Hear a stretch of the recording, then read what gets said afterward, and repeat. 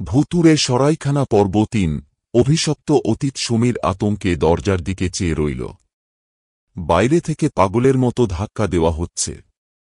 খুলুন, দরজা খুলুন, আপনি আমাদের অতিথি। ফিসফিসে কণ্ঠস্বরের সঙ্গে এখন একটা চাপা হাসিও যোগ হয়েছে। সমীর আর সহ্য করতে পারল না। সে জানলার দিকে ছুটল, কিন্তু জানলা খুলে যে দৃশ্য দেখল তাতে তার শরীর জমে গেল। বাইরে বিশাল একটা জমায়েত। একাধিক ছায়ামূর্তি দাঁড়িয়ে আছে, কেউ পা ছুঁতে পারছে না মাটিতে, কারো চোখ নেই, কারো মুখ বিকৃত। সমীর বুঝতে পারল এটা স্বাভাবিক কিছু নয়। সে পেছনে ঘুরতেই চমকে উঠল।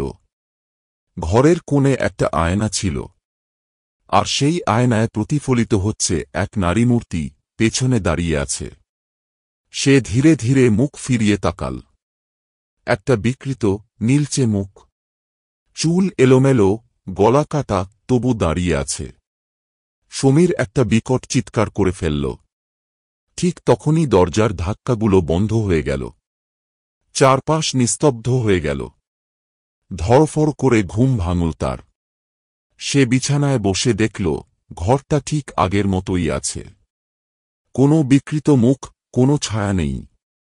সমীর একরকম দৌড়ে দরজা খুলে বেরিয়ে এল। সরাইখানার কেয়ারটেকার কোথাও নেই। রিসেপশনের টেবিলটা ধুলোয় ঢাকা।